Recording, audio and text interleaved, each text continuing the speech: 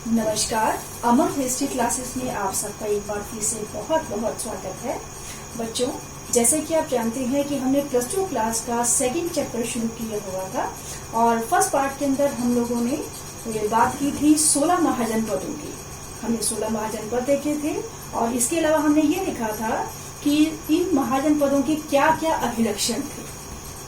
तो बच्चों, 16 महाजनपदों की जानकारी आपने प्राप्त कर ली थी और आपने उसमें ये देखा था कि 16 महाजनपदों में जो सबसे शक्तिशाली महाजनपद उभर कर आया वो आया मगध साम्राज्य का। मगध। तो आज हम इस चैप्टर के अंदर मगध साम्राज्य की बात करेंगे, मगध साम्राज्य की उत्थान की बात करेंगे कि आखिर ये साम्राज्य कहाँ स्थित था और इसके कौन कौन से वंशों ने इस पर राज किया और कौन कौन से इसके प्रमुख शासक हुए हैं। तो आज हम इसे स्टार्ट करते हैं।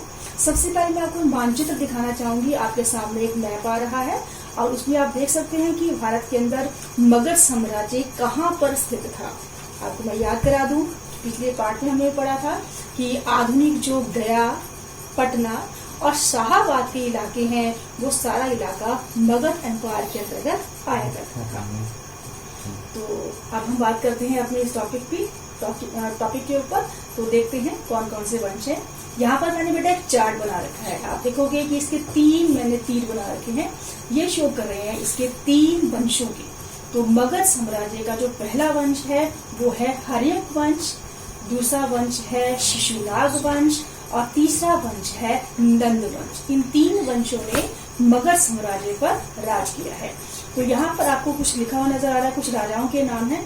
तो मैंने क्या किया है कि जो जिस हर्यक वंश है उसके महत्वपूर्ण राजा, शिशुनाग वंश के महत्वपूर्ण राजा और नंद वंश के महत्वपूर्ण राजा, यानी ये राजा ऐसे हैं जिनके नाम आपको याद करने चाहिए और आपको आने ही चाहिए।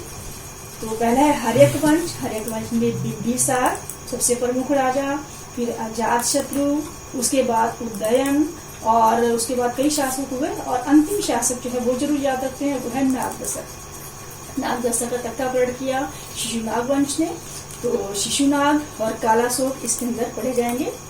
फिर तीसरा वंश है नंद वंश। नंद वंश में महापद्म नंद जो इसका संस्थापक रहे और अंतिम शासक थे घनम। तो ये एक चार्ट है, यानी इसके अंदर बहुत सारे राजाओं के नाम दिए गए हैं, वंश दिए गए हैं जो कि काफी इम्पोर्टेंट रहते हैं। तो अब हम एक एक वंश को लेंगे और उस वंश के महत्वपूर्ण राजाओं की जानकारी प्राप्त करेंगे। तो बच्चों, अब हम बढ़ते हैं आगे और पहले बात करते हैं हम हर्यक वंश की। पहला नाम है बिंबिसार। तो अब हम बात करते हैं बिंबिसार की कि बिंबिसार कौन था, कब से कब तक राज किया और उसके शासनकाल की क्या क्या महत्वपूर्ण घटनाएं रही हैं। तो हर्यक वंश का पहला प्रसिद्ध राजा जो था वो बिंबिसार था। उसका शासनकाल, उसने 544 ईसा पूर्व से 492 ईसा पूर्व तक राज किया। इसका शासनकाल रहा। फिर है वंश। अगला पॉइंट, वंश आपको पता ही है, मैंने बता दिया कि इसका संबंध हर्यक वंश से था। फिर बिंबिसार जो है कोई छोटा मोटा राजा नहीं था, काफी महान राजा था, एक महान योद्धा था, एक कुशल कूटनीतिज्ञ था। वो जानता था कि अपने साम्राज्य को हमने कैसे विस्तार करना है, कैसे उसे मजबूत बनाना है। तो उसके लिए उसने कई प्रकार के कार्य किए, जैसे कि उसने वैवाहिक संबंध स्थापित किए। आप जानते ही हैं कि जब किसी के साथ वैवाहिक संबंध स्थापित हो जाता है तो क्या होते हैं, वो हमारे रिश्तेदार बन जाते हैं और उनके साथ संबंध अच्छे हो जाते हैं। तो उसने पहली कोशिश की वैवाहिक संबंध स्थापित करना। उसके बाद उसने दूसरा जो स्टेप लिया वो था युद्ध करना। उसने युद्ध करके भी अपने साम्राज्य का विस्तार किया। फिर उसने मैत्रीपूर्ण संबंध स्थापित किए। तो अपने साम्राज्य को शक्तिशाली और मजबूत बनाने के लिए उसने हर संभव प्रयास किया। तो हम एक एक करके सारी चीजें कवर करेंगे। पहले बात करते हैं वैवाहिक संबंधों की। तो बिंबिसार ने वैवाहिक संबंध स्थापित किए। उसने कई राजकुमारियों से शादी की, जिसने मेन आपको बता देती हूँ। पहली जो प्रसिद्ध उनका विवाह रहा वो रहा कौशल देवी से। कौशल देवी कौशल नरेश की बहन थी और सेनजीत उनका नाम था कौशल नरेश का। उसकी बहन जो है कौशल देवी थी। उसके साथ उन्होंने वैवाहिक संबंध स्थापित किए। दूसरा है प्रसिद्ध विवाह चेलना। उनकी पत्नी का नाम था चेलना, जो कि लच्छवी वंश से संबंध रखती थी।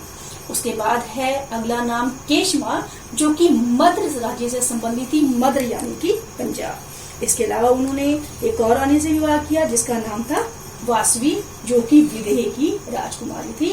तो वैवाहिक संबंध स्थापित करके उसने अपने साम्राज्य को मजबूत बनाने का प्रयास किया। यानी ये जो सारे राज्य थे, कौशल, लिच्छवी, मद्र, विदेह, ये सारे उसके मित्र बन गए, अच्छे संबंधी बन गए।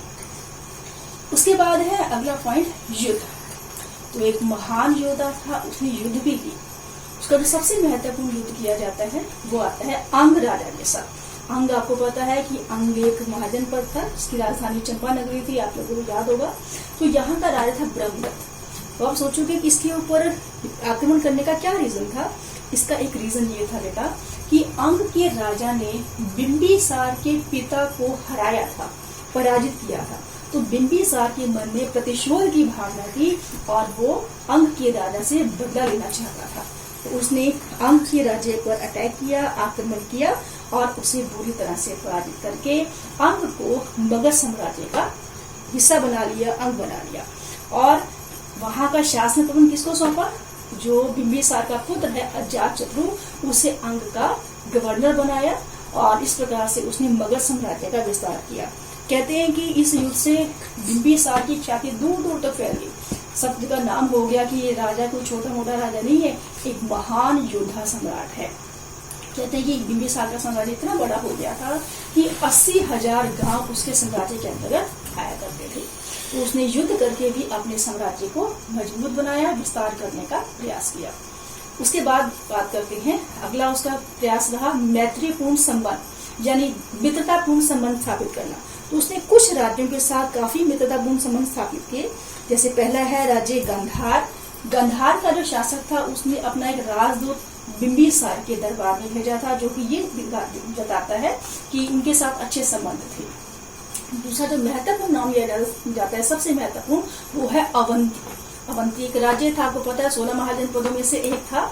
यहाँ का राजा था चंद्रप्रद्योत महासेन।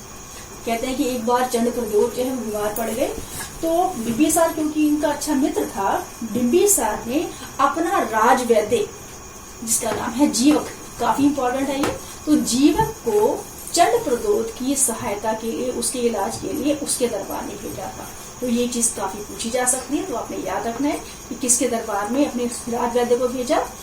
चंद्रप्रद्योत के, अवंती के राजा के नाम क्या है राजवैद्य का? जीवक। तो ये भी दर्शाता है कि बिंबिसार जो है उसके राजाओं के साथ काफी महत्वपूर्ण संबंध थे।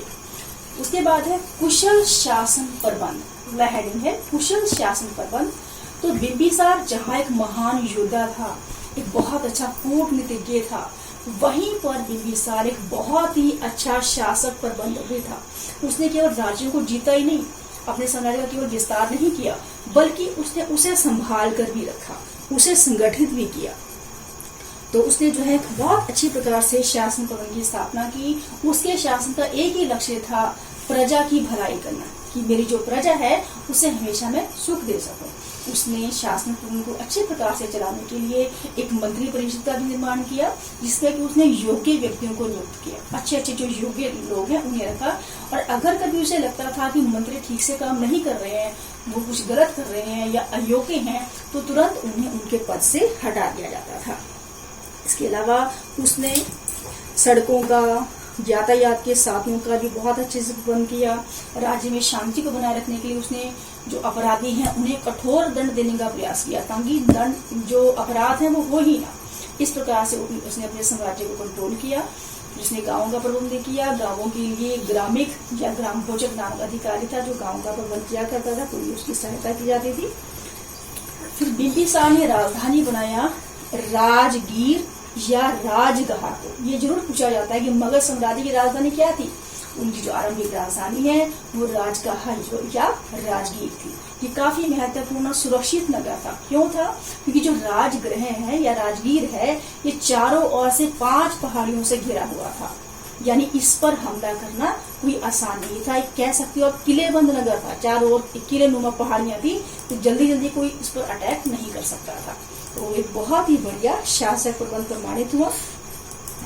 फिर जो बिंबिसार है उसका ये भी रहा कि उसने धार्मिक रूप से सहनशीलता की नीतियां बनाई। बिंबिसार जो है ये महात्मा बुद्ध के समकालीन थे और इन्होंने बौद्ध धर्म को संरक्षण भी दिया और जैन धर्म को भी दिया। अगर हम बौद्ध ग्रंथों की बात करें तो उनका मानना था कि बौद्ध धर्म के अनुयायी थे और जैन ग्रंथ मानते हैं कि ये जैन धर्म के अनुयायी थे।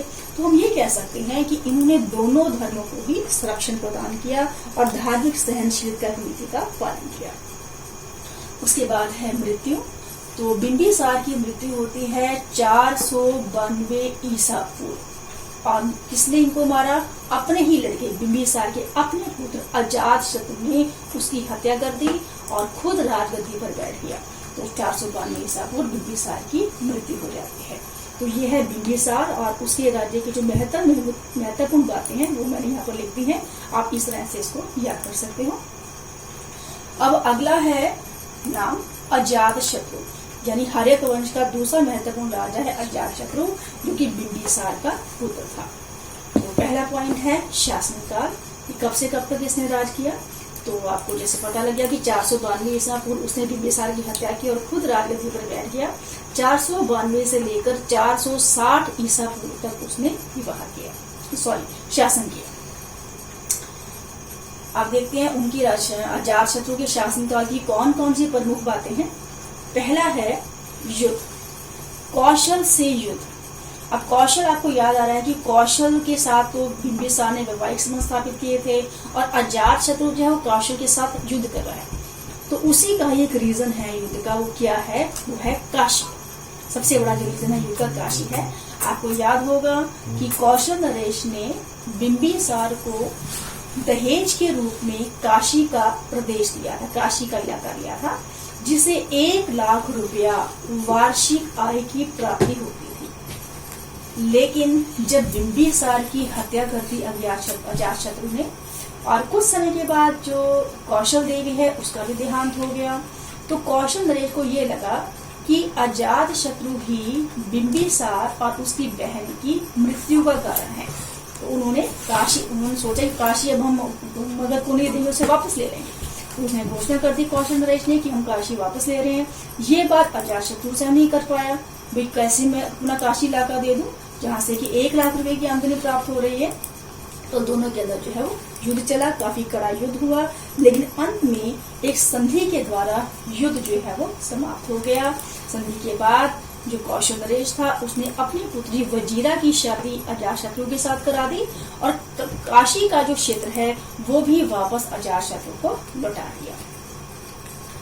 उसके बाद है अगला हेडिंग बनाया है लिच्छवियों को पराजित करना या लिच्छवियों को पराजित करना। लिच्छवी जो है आपको याद है कि लिच्छवियों के साथ भी मैत्रीपूर्ण संबंध थे, वैवाहिक संबंध थे ना। बिंबिसार के यहाँ देखा चेलना से विवाह किया था। तो लिच्छवियों को हराना जो है ये भी अजातशत्रु की एक महत्वपूर्ण सफलता है। लिच्छवियों का जो राज था वो वैशाली के अंदर था। लिच्छवियों को युद्ध करने का कारण ये बताया गया कि जब कौशल के साथ युद्ध चल रहा था तो अजातशत्रु ने आरोप लगाया कि लिच्छवी जो है वो कौशल नरेश की सहायता कर रहे थे, इसलिए जो है उसने लिच्छवियों पर आक्रमण किया।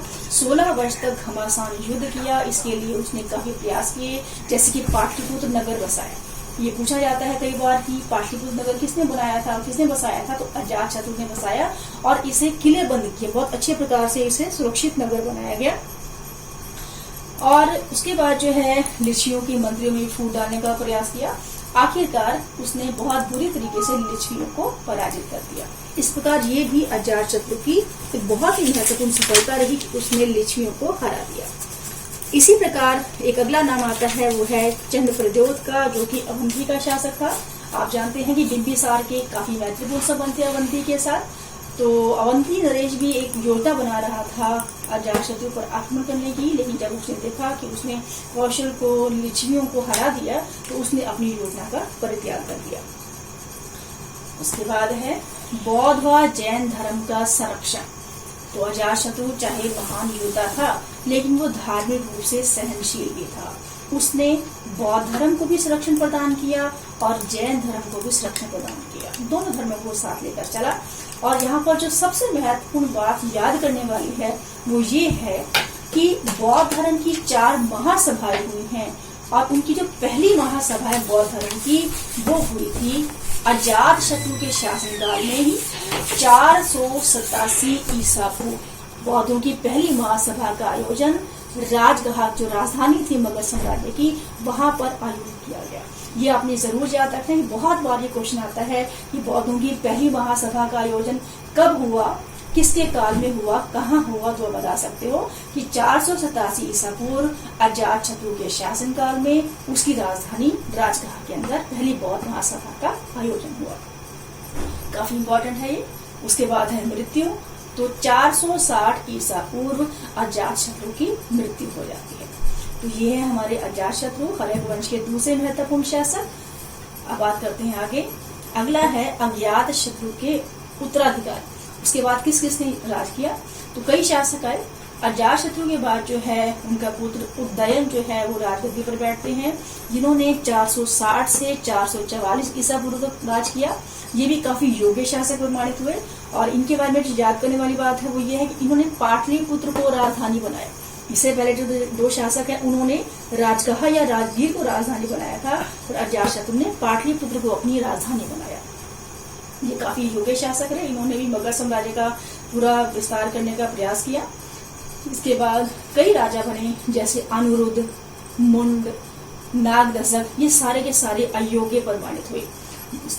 जो हर्यक वंश का अंतिम शासक रहे वो रहे नागदशक, और नागदशक जो है उनको 412 ईस्वी के अंदर जो है उनका तख्ता पलट कर दिया गया, यानी हर्यक वंश का जो अंत हो गया, और उसकी जगह पर एक नया राजवंश जो भी है शिशु नागवंश, वो उसका वंश जो है वो शुरू हो गया।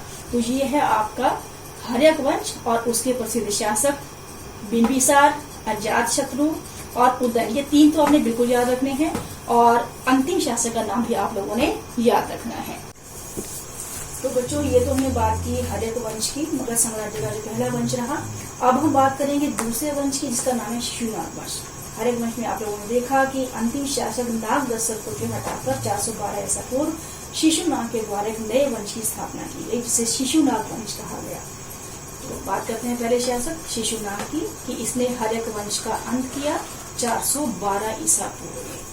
ये काफी योग्य शासक रहा, और इन्होंने कुछ समय के लिए वैशाली को अपनी राजधानी बनाया। एक महान योद्धा होने की वजह से इसने अवंती, वत्स, कौशल, इनको जो है इनको भी पराजित किया। इनको पराजित करने की वजह से इनके जो राज्य हैं ये सारे मगध साम्राज्य में मिला लिए गए, और मगध की ख्याति दूर दूर तक फैल गई। नाम हो गया कि शिशुनाग वंश में कोई वंश एक प्रतापी सम्राट है। अगला जो नाम आता है वो है कालाशोक का। ये इसका जो महत्वपूर्ण शासक है। इसके काल की जो सबसे महत्वपूर्ण बात है वो ये है कि कालाशोक के समय में बौद्ध धर्म की दूसरी महासभा का आयोजन हुआ। जैसे पीछे हमने बात की कि पहली महासभा अजातशत्रु के समय में राजगृह में बुलाई गई थी, तो दूसरी महासभा 100 वर्ष के पश्चात यानी 387 ईसा पूर्व वैशाली के अंदर बुलाई गई। ये चीज आपने याद रखनी, काफी इंपॉर्टेंट है। क्योंकि कौन शासक था, कब बुलाई गई, तो कालाशोक के समय बुलाई गई। 364 ईसा पूर्व कालाशोक की हत्या कर दी गई। किसके द्वारा? महापद्म नंद के द्वारा, जो कि नंद वंश का था। तो इस प्रकार से महापद्म नंद ने इसकी हत्या कर दी और शिशुनाग वंश समाप्त हो जाता है। अब बात करते हैं अगला वंश, वो है नंद वंश, जिसके हम दो महत्वपूर्ण शासक पढ़ेंगे, एक महापद्म नंद और एक खनान। तो बात करते हैं नंद वंश की। नंद वंश में पहला जो नाम है वो है महापद्म नंद का। महापद्म नंद के बारे में आपने देखा कि इसने 364 ईसा पूर्व कालाशोक की हत्या कर दी और नंद वंश की स्थापना कर दी। महापद्म नंद एक नीच कुल से यानी निम्न कुल से संबंधित थे और इन्होंने 28 वर्ष तक शासन किया।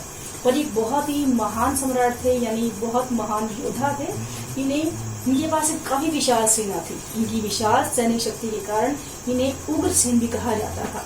क्षत्रियों का इनके साथ युद्ध हुआ, क्षत्रियों का इन्होंने विनाश किया। उनका विनाश करने के कारण इन्हें सर्वक्षत्रांतक के नाम से भी पुकारा जाता है। इनका इक्ष्वाकु, पंचाल, कुरु, शूरसेन, मथुरा, इनके साथ भी जो है वो युद्ध हुआ और इनको हराने के बाद इनके साम्राज्य को मगध साम्राज्य में मिला लिया गया। तो महापद्म नंद के समय में मगध साम्राज्य की सीमाएं काफी दूर दूर तक फैल गई, जिसकी वजह से ये काफी जो है प्रसिद्ध शासक हो गए उस समय के, हाँ एक महान प्रतापी सम्राट है। उसके बाद महापद्म नंद जो है उनके पश्चात उनके 8 पुत्रों ने बारी बारी से 22 वर्ष तक राज किया, जो कि ज्यादा इम्पोर्टेंट नहीं है और उन्होंने कोई खास कार्य भी नहीं किया, अयोग्य प्रमाणित हुए। तो लास्ट राजा है नंदवंश का घनानंद। ये भी आपने याद रखना, काफी इम्पोर्टेंट है। ये पूछा जाता है कि जो नंदवंश का अंतिम शासक कौन है या मगध साम्राज्य का अंतिम शासक कौन है, तो घनानंद है। घनानंद जो है इसकी ख्याति थी अपनी विशाल सेना को लेकर। कहते हैं कि बहुत बड़ी सेना थी। इसकी सेना के अंदर जो है 2 लाख पैदल, 60,000 घुड़सवार, 6,000 हाथी थे। एक विशाल सेना घनानंद के पास थी। कहते हैं कि इसकी सेना का इतना दबदबा था कि जब सिकंदर ने भारत पर हमला किया तो वो सीमांत प्रदेशों पर तो आक्रमण करके गया, लेकिन मगध तक पहुंचने की उसकी हिम्मत नहीं हुई, साहस नहीं हुआ। क्यों? क्योंकि वो घनानंद की विशाल सेना से घबरा गया। उसके बाद तो बहुत बड़ी सेना है। घनानंद कोई बहुत लोकप्रिय शासक नहीं था, ये बदनाम शासक था। इसे लोभी शासक कह सकते हैं, लालची टाइप का था। ये लोगों से नाजायज तरीके से पैसा इतने में हमेशा लगा रहता था, तो जनता इसको ज्यादा पसंद नहीं करती थी। उसके बाद है 321 ईसा पूर्व में घनानंद की राज्य पर, मगध पर यानी कि चंद्रगुप्त मौर्य के द्वारा आक्रमण किया गया और नंद वंश का अंत कर दिया गया। घनानंद को पराजित कर दिया गया और मगध साम्राज्य को समाप्त कर दिया गया। और उस मगध पर किसका अधिकार हो गया? 321 ईसा पूर्व चंद्रगुप्त मौर्य का अधिकार हो गया। यानी कि एक नए साम्राज्य की शुरुआत हुई जिसका नाम है मौर्य साम्राज्य। ये हम अपनी अगली वीडियो में पढ़ेंगे। तो बच्चों, अभी हमने बात की मगध साम्राज्य के बारे में, मगध साम्राज्य के 72 वंश शासकों के बारे में। अब एक क्वेश्चन बहुत बार आता है, बहुत इंपॉर्टेंट है कि मगध साम्राज्य इतना शक्तिशाली क्यों बना, आखिर क्या कारण था कि 16 महाजनपदों में सबसे शक्तिशाली मगध बना। तो मगध साम्राज्य के विस्तार के क्या कारण थे, क्या क्या खूबियां थी मगध की, उसकी चर्चा कर रहे थे। बहुत आसान सा, बहुत ही इंपॉर्टेंट है।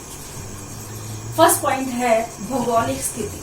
अगर हम मगध की भौगोलिक स्थिति देखें तो आप नीचे देख सकते हैं कि मैंने ऐसे क्रॉस का चिन्ह बनाया है जो कि दिशाओं को दिखा रहा है। मगध साम्राज्य के उत्तर के अंदर गंगा नदी, दक्षिण के अंदर विंध्याचल पर्वत, पूर्व में सोन नदी, पश्चिम में चंपा नदी। यानी चारों ओर से, चारों दिशाओं से मगध साम्राज्य एक सुरक्षित क्षेत्र था जहां पर जल्दी आक्रमण नहीं हो सकता था। अगर हम बात करें मगध की राजधानी की, तो मगध की आपने देखा कि 2 राजधानियां रही। पहले राजगाह रही या राजगीर रही और उसके बाद दूसरी राजधानी पाटलिपुत्र रही। अगर बात करें राजगाह की, तो ये एक ऐसा नगर था, ऐसा क्षेत्र था जो कि चारों ओर से 5 पहाड़ियों से घिरा हुआ था। उस जमाने में तोपों का आविष्कार नहीं हुआ था, लोग तोपों से परिचित नहीं थे, तो किसी भी नगर पर, किले व नगर पर हमला करना, उसको जीतना भी आसान कार्य नहीं था। चारों ओर पहाड़ियां हैं तो बिल्कुल सीधा वहां पर अटैक नहीं हो सकता था। तो ये बिल्कुल ही सुरक्षित नगर था। इसी भौगोलिक स्थिति ऐसी थी कि प्रकृति ने ही उसको चारों ओर से पहाड़ियों से घेर रखा था। अगर हम बात करें दूसरी राजधानी की, जिसका नाम है पाटलिपुत्र, ये भी बहुत ही सुरक्षित नगर था। इसकी सुरक्षा कैसी थी? क्योंकि ये नदियों के संगम पर था। गंगा, सोन, तो गंडक, इन नदियों के संगम पर ये बना हुआ था और इसके चारों नदियां थी। गंगा नदी है, सोन नदी है, इसके अलावा जो है और भी नदियां जो है जिसके चारों ओर से इसको घेर रखा था। इस वजह से भी यहाँ पर सीधा जो है वो अटैक नहीं किया जा सकता, यानी शत्रु को पहले नदी पार करनी पड़ेगी, उसके बाद वो हमला कर पाएगा। तो दोनों राजधानियां बिल्कुल ही सुरक्षित थी। तो मगध की एक बहुत ही बढ़िया भौगोलिक स्थिति के कारण प्रकृति ने ही खुद ही उसको जो एक ऐसी स्थिति प्रदान की, चारों ओर से सुरक्षा प्रदान की थी कि शत्रु जल्दी से इस पर अटैक नहीं कर सकता था। तो ये बहुत ही सुरक्षित नगर था, सुरक्षित इलाका था मगध का साम्राज्य, इसलिए भी ये नगर काफी विकसित हुआ, काफी इसका विकास हुआ। फिर सेकंड पॉइंट है लोहे के विशाल भंडार। अगर आपने देखा होगा कि जो बिहार का इलाका है वहां पर लोहे के विशाल भंडार है ना। तो लोहे के विशाल भंडार होने की वजह से क्या फायदा होगा? लोहे से बहुत ही अच्छी क्वालिटी के शस्त्र बनाए जा सकते हैं, हथियार बनाए जा सकते हैं। लोहे के हथियार बहुत ही मजबूत माने जाते हैं। तो इतने बढ़िया क्वालिटी के हथियार मगध साम्राज्य ने बनाए और इन लोहे के हथियारों की वजह से भी वो दुश्मन को हराने में बहुत सफल रहा।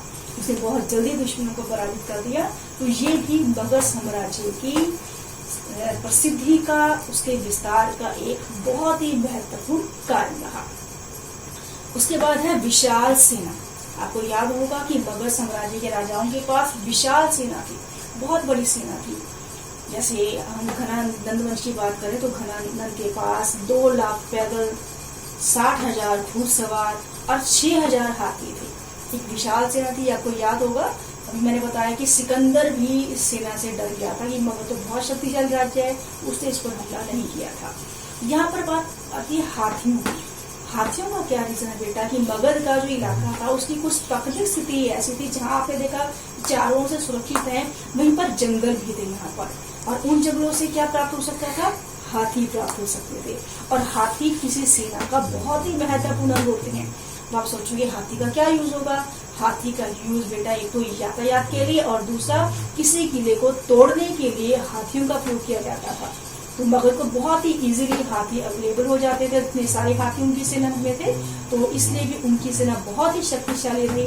और इस विशाल और शक्तिशाली सेना के बल पर मगध ने अपने शत्रुओं को पराजित किया और मगध साम्राज्य का विस्तार किया। उसके बाद है अगला पॉइंट, अच्छी आर्थिक स्थिति। तो मगध साम्राज्य को जहाँ प्रकृति ने इतनी सुरक्षा प्रदान की, वहीं पर जो है प्रकृति ने इसे और उपहार दिया कि इसे आर्थिक रूप से भी समृद्ध बनाया। वो कैसे? क्योंकि यहाँ की भूमि बहुत ही उपजाऊ भूमि थी, नदियों का ये क्षेत्र था, और नदियाँ अपने साथ आपको पता है उपजाऊ मिट्टी लेकर आती हैं, तो उपजाऊ भूमि थी जहाँ पर कृषि की जाती थी। विशेष रूप से चावल की खूब पैदावार वहाँ पर हुआ करती थी। उसके बाद है व्यापार वाणिज्य। तो ये इलाका व्यापार के लिए प्रसिद्ध था, क्योंकि आप देखो जो नदियों के संगम पर नगर बसा हुआ, जैसे ये पाटलिपुत्र है, नदियों के संगम पर बना ना ये, तो जहाँ नदियां होंगी वहां पर जल मार्ग के द्वारा बहुत ही अच्छी प्रकार से व्यापार किया जा सकता है। तो आपको पता है कि जल मार्ग के द्वारा व्यापार करना स्थल मार्ग की अपेक्षा सस्ता पड़ता था, इसलिए विशेष स्थिति होने के कारण यहाँ पर व्यापार भी बहुत अच्छी तरीके से होता था। तो धन धान्य की कोई यहाँ पर कमी नहीं थी। जब अच्छी आर्थिक स्थिति होगी किसी राज्य की, तो राज्य मजबूत होगा। इसके बल पर जहाँ वो प्रजा की भलाई कर सकेगा, वहीं पर अपने साम्राज्य का विस्तार भी कर सकेगा, विशाल सेना रख सकेगा, वो अपने संसाधनों को बढ़ा सकेगा। तो मगध साम्राज्य की शक्ति बढ़ाने में उसकी अच्छी आर्थिक स्थिति ने भी उसकी सहायता की। उसके बाद है अन्य कारण। कुछ अन्य कारण भी थे जिसको हम मगध साम्राज्य की विस्तार के लिए जो है वो पढ़ सकते हैं। जैसे कि योग्य शासक। आपने मगध साम्राज्य के योग्य शासक पढ़े, आपने देखा बिंबिसार, अजातशत्रु, उदयन, महापद्मनंद, घनानंद और शिशुनाम वंश, ये जो राजा हुए बहुत ही योग्य शासक हुए। आप उन्होंने मगध साम्राज्य को बढ़ाने का हर संभव प्रयास किया। जब तक राजा खुद नहीं चाहेगा कि अपना साम्राज्य बढ़ाऊं, तब तक कुछ नहीं हो सकता। और राजा योग्य होगा तो साम्राज्य को बढ़ाने की बात भी सोचेगा। तो मगध के योग्य शासकों ने मगध साम्राज्य का बहुत ही विस्तार किया। उसके बाद है जाति प्रथा का कमजोर होना। आपने देखा कि मगध साम्राज्य में जो लास्ट वंश हमने पढ़ा, नंद वंश, उसको उच्च कुल का नहीं बल्कि उसे निम्न कुल का बताया गया। तो वहां पर जाति प्रथा कमजोर थी। जाति प्रथा कमजोर होने की वजह से जो देश के दूसरे हिस्से हैं वहां पर जाति प्रथा काफी जटिल थी, पर यहाँ पर जाति प्रथा थोड़ी सी ढीली थी, कमजोर थी, इसलिए लोगों में एकता थी। तो उस एकता की वजह से भी मगध साम्राज्य शक्तिशाली बना और अपने शत्रु पर उसने विजय प्राप्त की। तो ये है बच्चे मगध साम्राज्य के उत्थान के कारण, या शीघ्र उत्थान के कारण, या विस्तार के कारण। तो आप इस बहुत ही इंपॉर्टेंट क्वेश्चन है और बहुत आसान भी है, और तकरीबन ये क्वेश्चन आ जाता है, तो आप इसको इस प्रकार से याद कर सकते हो। तो उम्मीद करती हूँ मेरा आज का ये वीडियो आप सब लोगों को अच्छा लगा होगा, आपको पसंद आया होगा और आपको समझ में आया होगा। अगर कहीं पर भी आपको कोई भी परेशानी आ रही है, कहीं पर कोई चीज समझ में नहीं आ रही है, तो आप मुझे कमेंट बॉक्स में क्वेश्चन करके पूछ सकते हैं। और अगर आपको वीडियो अच्छा लगा तो आप अपने अच्छे कमेंट दीजिए, मेरे इस चैनल को जो है सब्सक्राइब कीजिए और इस वीडियो को ज्यादा से ज्यादा शेयर कीजिए। मिलते हैं जल्द ही अगले वीडियो में, तब तक के लिए जय हिंद, जय भारत।